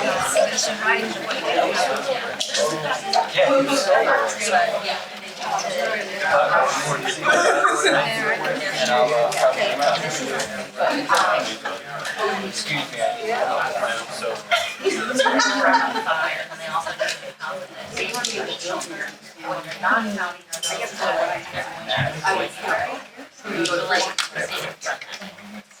You know, so those are folks that are not getting counted, that are actually homeless, that are not a part of that person's family.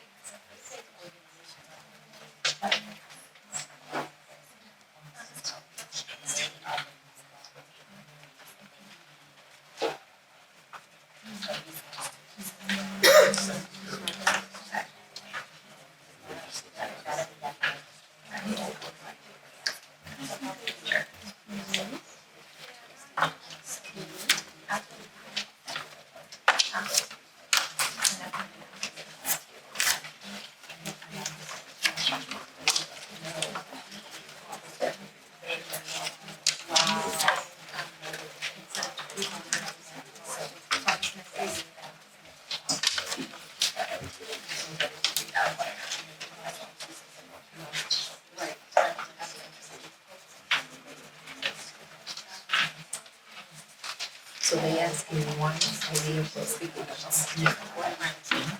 One famous speaking note. Are you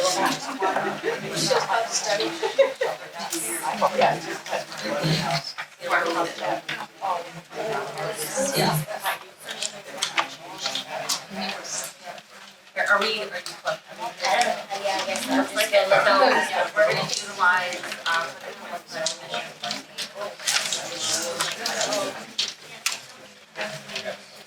Okay. That's fine.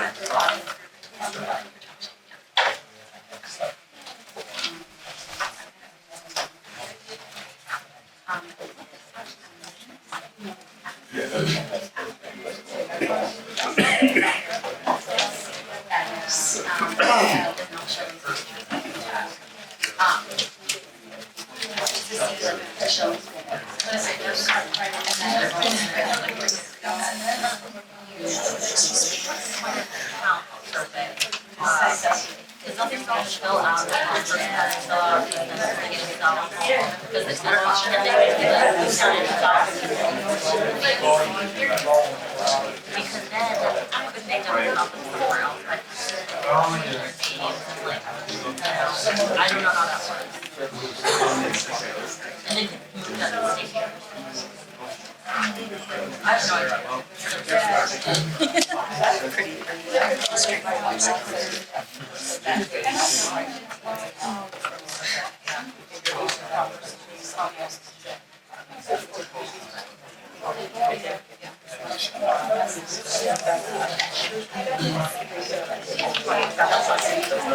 One minute.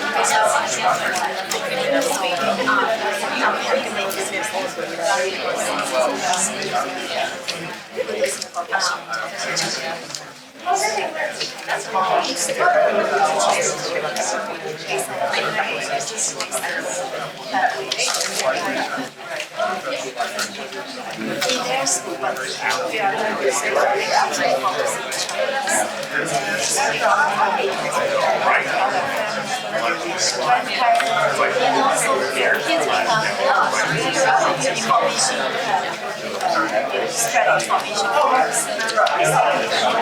30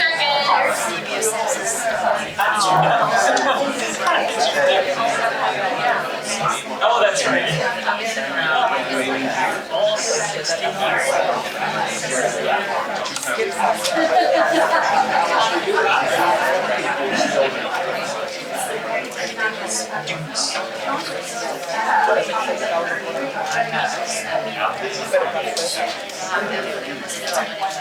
Time.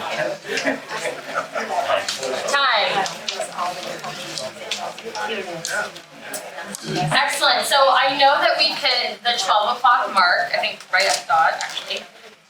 So if some of you have to leave, that's okay. But for others that can stay for a couple minutes, I do just want to kind of walk you through what happens next following what's just happened. So first of all, I personally would love to hear maybe some of the ideas that you came up with. I know that we have limited time, but maybe if one person per table can stand up and maybe just to the group announce that idea they came up with, and then following that, I can walk you through some of the next steps so you see in the process where this goes and where it ends. I'm not sure it's one solution, but. Well, yes, one per table. We go this way again? Okay. You want to stand up? So just read one of our solutions? Yeah, just read one of your solutions. As I said, this is very bare, but I want people to see some of the things that come out of it. Okay, so of course we were talking about the senior to this table. Right now, solutions is partnering with senior centers or community centers as a resource for internet access or assistance. Great. Excellent. Next table. So trust was one of our central themes, and I'm coming from a library perspective. So mine was train library customer-facing staff to understand the big talking points because we're only people that they trust, and be able to direct users to resources, but everyone needs to be educated and send them to the correct place. That's great. We're working with the American Library Association really closely on that. Yep. Next. So ours was establishing trust in the community. So establishing relationships with trusted authorities who are in the communities already and who already have a relationship with. Awesome. We had the You guys already did the full piece of this. confidentiality, the information not traded. We were talking about making an analogy to confidential relationships that already exist and people might know, like your lawyer who cannot tell anybody else. Your priest who can't tell you say confession. That the other trusted individuals. Awesome. Let's see. What's next? So ours was related to the colleges and universities, and so one thing that we came up with was to conduct trainings for campus administrators and develop resources for faculty to integrate census education in the classroom. Great. Oh, sure. We just kind of did our own, Okay. because time, but in mind, this was to develop a local school curriculum like that, but for the elementary school set. Great. We have a statistics in schools program that's working on that, so it'll be sent out to curriculums. Yeah. This table?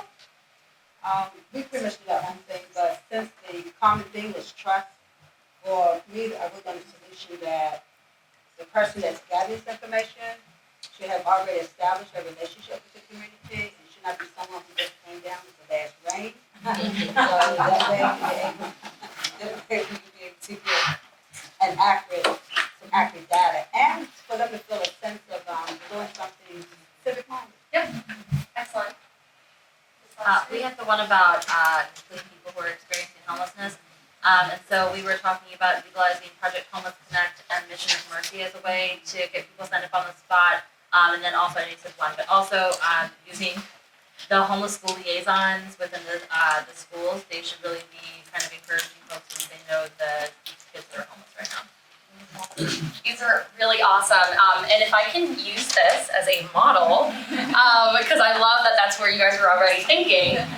So now I'm just gonna walk through what happens next. So following all of the sticky notes that you have, typically what would happen is that each group would go over to a little bit of space on the wall, and they would put up their sticky notes. So just like this, they would put up their sticky notes, they might walk through the group and say, this is why I put this up, this is my reasoning behind it. There would have to be a discussion around it. And then following everyone's having them up on the wall, you would then begin to cluster them. So you would cluster them based off of themes or common topics, just to also have a bigger picture of what's the conversation, what are some key kind of groupings that we've done, and that just helps us organize our thinking and thought process. So this is an example. This is very fancy. I've never seen anything like this. This is the picture that we got. But some of them have looked like this. But once again, you see kind of groupings, causing consequences. Sometimes it's based off of hard to count groups. So it really depends on the themes and topics you want. Then what you would do is that each group would then vote on the topic or the solution that they liked the most. And I shouldn't say they liked the most, the one that they wanted to really flesh out. So we had very limited time here, but in a typical workshop, you would have a little bit more time to see, okay, you know what, looking at building a curriculum for young children, I like that idea. That's something that we really can work on, and it's something that I could potentially help contribute to. So you would pick an idea, every person would get 3 votes, you put the little dots on the sticky note that you liked the most, and then it would be fleshing out your idea. So that's where a worksheet that comes into place. You don't have to use the worksheet, you can if you want to. And then there's some guiding questions to think about, who could I partner with? Who could I bring into the fold to talk about this conversation? Who are some key stakeholders that are not in the room but should be in the room to discuss this?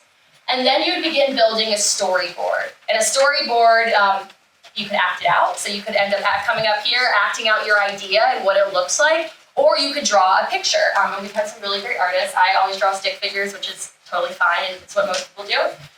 So it's actually building a story and helping everyone in the room see the thought process. So how you got from A to Z.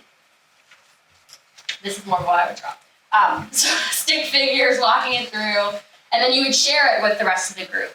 And I think something that I just want to highlight is you also, when you're building a storyboard, you want to keep in mind the audience and the issue that you were building upon. So if you were looking at young children, if you were looking at young immigrants, if you were looking at college students, so you're going to keep that audience group in mind as you build your final story.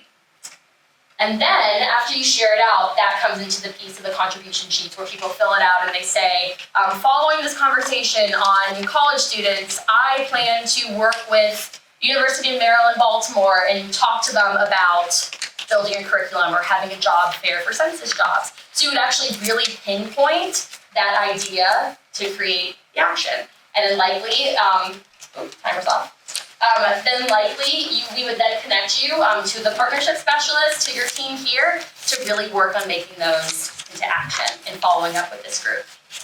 So as I said, that was a very, very short, abbreviated sense, but I hope it gave you guys a sense of some of the things that we're doing, how it's useful, and know that you can tailor it in any sense. What I liked with this audience was I think Ron did a really great job of kind of doing a town hall. So if, let's say, you just don't want, you don't want to do the Census 101, you just want people to come, you want to bring an audience together to answer questions and concerns, have someone from Census talk about those, answer those questions, and then do a workshop. It's completely up to you. It can totally be tailored and modified to fit the needs of your community's audiences. So thank you. Thank you. Thank you.